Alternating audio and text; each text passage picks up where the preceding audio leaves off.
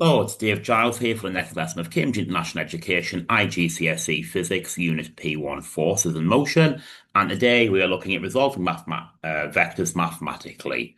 So today I would like you to be able to use Pythagoras theorem and trigonometry, find the resultant size and direction of two perpendicular vectors, and resolve a vector into its horizontal and vertical components.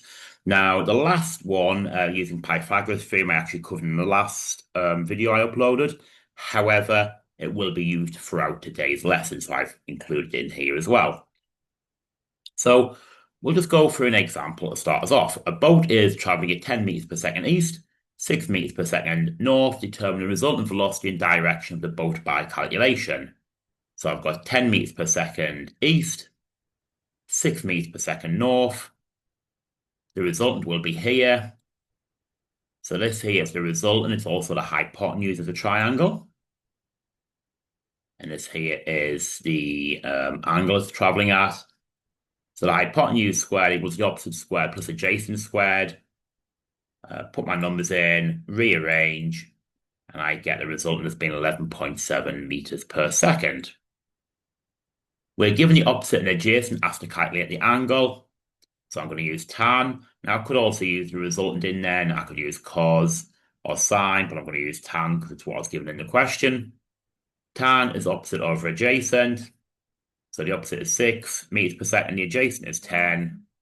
So the resultant is, so when you do tan of 6 over 10, tan of 6 over 10 is 0.6. So to get theta, you do inverse tan of 0.6. Okay.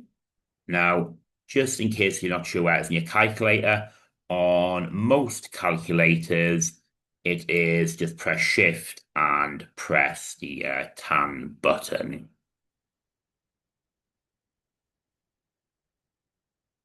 And that gives you 31 degrees. Okay. I'd like you to actually type in your calculator to make sure you do know how to do it. So I could type in my calculator by doing it this way. Shift, inverse tan, 0.6, close bracket. Make sure you can see a D up here, okay? Because you've got an R, that means radians, which is something else. Press equals, and 30.96, which for three significant figures is 31.0 degrees. Okay, so here is a very similar question. Try it yourself. I'll just put the answer on in a moment for full working. Okay, so put the answer on now. I'll include the working here. I won't talk you through it, plus the exact same working as last time, just different numbers.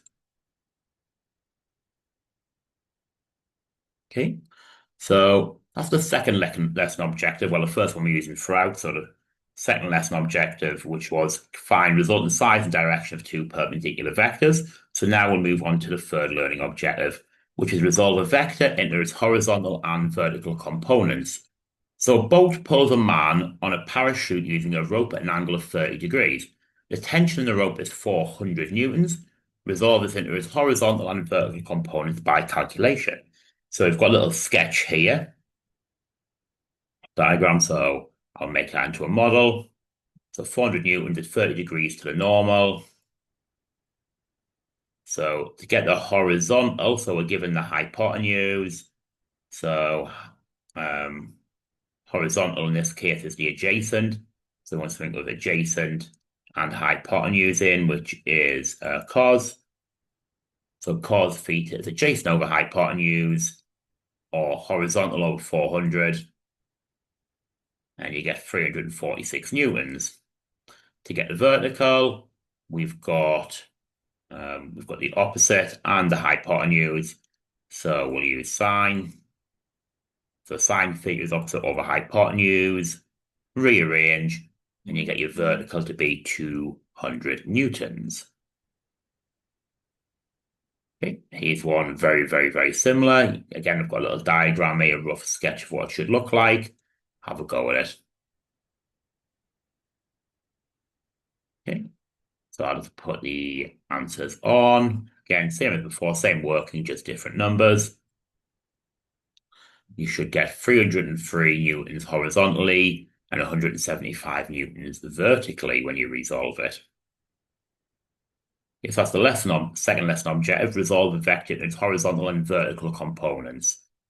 And I'm actually going back now to the second lesson objective because it is another way to do it. So this is a past paper exam question. It says a load is suspended from a thread. The vertical force on the thread due to the load is 0.75 newtons. Show the load suspended from the thread. Shown as the load suspended from the thread. So it's 0.75 newtons. And a wire is attached to point X and pulled horizontally to the right.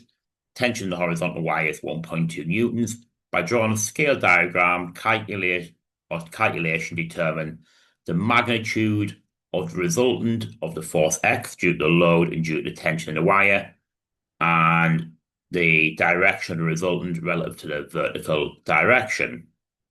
So it gives us a choice, scale model or calculation. I'm going to kind of combine them a little bit here, but I'm using a scale of 1 centimeter as 0.1 newtons. So this here would be 7.5 centimeters. If I was to use the scale, 1.2 newtons would be 12 centimeters.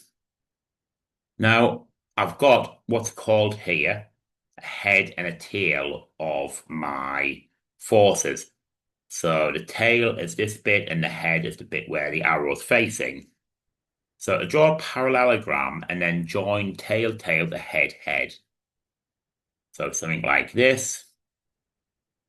And you add on, so that's parallel to this line. So we need another line parallel to this. And our resultant goes from tail, tail. So what I mean by that is this is tail, it's also a tail. So from there to head, head. Head, head is here. And the resultant you get through calculation, so the size, you get 1.4 newtons. Again, if you do a scale diagram, you should get about the same. It'll be about 14 centimeters long using our scale, which is 1.4 newtons. And for the resultant, so for the angle, just to go back a little bit, will be at the tail end, and it'll be the side we actually drew, not originally drew, not the extended bits for the parallelogram. So you'd do tan is opposite over adjacent. Tan theta is 1.2 over 0.75, which 1.6. So inverse tan of 1.6 gives me 58 degrees.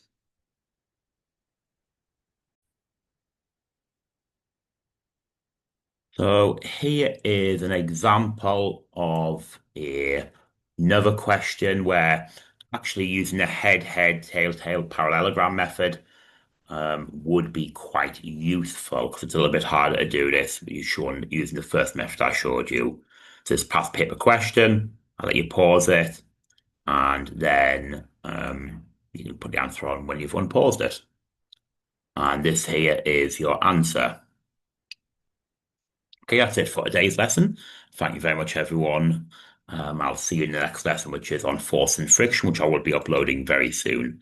Thank you very much, everyone, and I will see you later.